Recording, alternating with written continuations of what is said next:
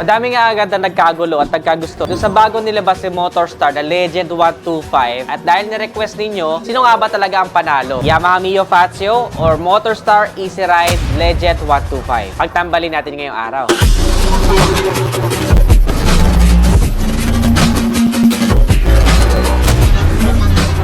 Sa kategory kasi ng scooter netizens, talagang agaw pansin yung Yamaha Mio Fazio at nakakatuwa dahil nagkaroon na nga ng budget-friendly option ang mga Pilipino dahil naglabas na rin si Motorstar ng version na talagang hindi rin putyo-putyo when it comes to looks at may ibubuga din pagdating sa specifications. Ngayon, syempre, magkakatalo na lang dahil hatid natin na makapag-add ng value at smart buy sa mga netizens natin pagkumpare natin siya side by side kung sino nga ba talaga sa kanila ang mas sulit. Of course, we can really expect na lawakan yung pangunawa natin dahil magkaiba sila ng presyo. At doon pa lang, masasabi na natin na pagdating sa ibubuga and specs quality ay may pagkakaiba na. When it comes to looks, actually yung looks ay subjective eh. Pwedeng maging maganda sa inyo si Fazio or pwedeng maging mas maganda sa inyo si Legend. Pero nakakatuwa lang dyan kasi pareha sila nag-offer ng kakaibang 125cc unlike nung pangkaraniwan natin nakikita sa kalsada ng mga design. So, retro or vintage scooter yung hinahatid nila na vibes na may pagka-Italian yung datingan. At nakakatuwa lang dito netizens dahil hindi nagpahuli itong si Legend 125 na nagkaroon siya ng sarili niyang spot para kahit papano ay maitambal dito kay Fazio. Sa mga colorway, kayo din na makakapag-decide kung alin sa inyo mas appealing. Kay Fazio, pastel green, ivory white, and I think meron na yata ngayong available na black which is napakagandang tignan. Legend 125, orange black, orange cream, blue at black red. Pare silang naka-LED na ilaw para sa front. Si Legend 125 lang ay merong mga daytime running lights. Split LED naman yung headlight ito ni Fazio at round shape parehas yung kanilang mga headlight. Merong extra ilaw itong si Legend doon sa kanyang bandang unahan, parang may naka-elevate na nag-aatid lalo ng retro looks dito sa motor na to. Parehas din silang merong digital na meter panel. Kapansin-pansin na modern na yung mga features na to. Medyo mas malaki yung meter panel netong Legend 125. Meron siyang mga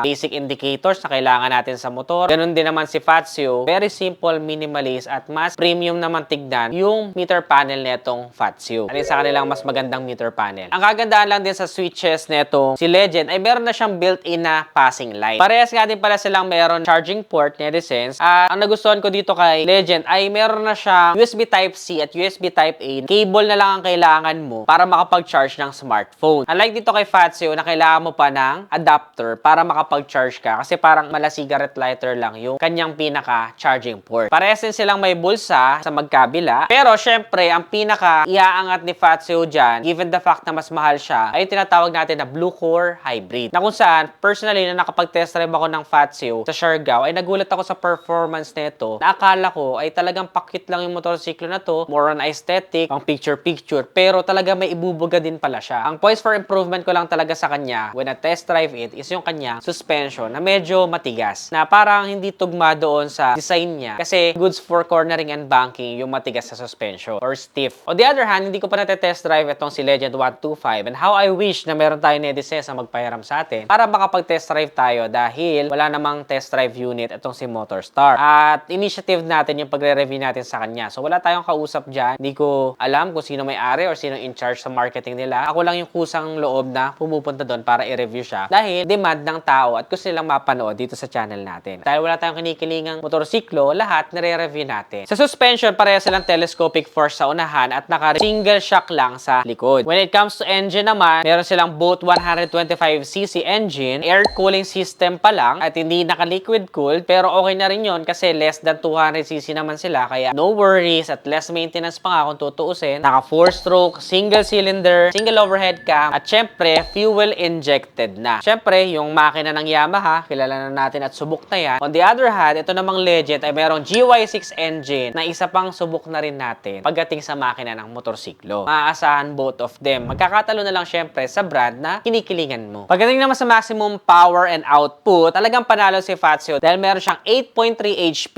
at 6,500 RPM habang saradong 8 HP at 7,500 RPM naman si Legend. When it comes to maximum torque, mas torque pa rin si Fazio with a max torque of 9.9 Nm at 5,000 RPM habang 8.3 Nm at 6,000 RPM lang itong si Legend. So So, alam naman natin kung when it comes to performance, si Fazio yung maaasahan naman natin. Pero kung kailangan mo lang ng from point A to point B, you can still have Legend 125 as an option. Sa top speed naman, 90 kilometers per hour ang top speed ni Fazio, which is di naman natin ina-expect syempre na magmabilis yung ganitong design ng motorsiklo. Hindi siya naka-design para mag-racing. 85 kilometers per hour naman yung top speed netong Legend 125 ayon kay Motorstar. Pagdating sa seat height, mas friendly sa short rider si Legend dahil 740mm lang yung kanyang seat height. On the other hand, napakaliit lang din naman ang itinaas ng seat height ni Fazio dahil 750mm yung seat height niya. Pagdating naman sa bigat, which is a big deal para sa mga newbie riders at lady riders, mas magaan si Fazio kay Legend. 95 kilograms lang si Fazio at 99 kilograms naman itong si Legend. So, mas mabigat siya. Kaya, we can expect na pagdating sa power to weight ratio, panalo pa rin si Fazio at medyo may kabigatan at mas mahina ng konti yung output niya. Kaya, dehado siya pagdating sa pabilisan. Sa ground clearance naman, parehas naman silang 135mm, which is yung ating average ground clearance dito sa Pilipinas. Pwedeng-pwede na pang araw-araw, hindi na rin gaano sa side sa mga humps. Hindi rin naman sobrang taas, maganda-maganda lang yung center of gravity nila. Kaya magiging maganda yung handling dahil sa lapit nung motor sa ground. Pagdating naman sa tire size, merong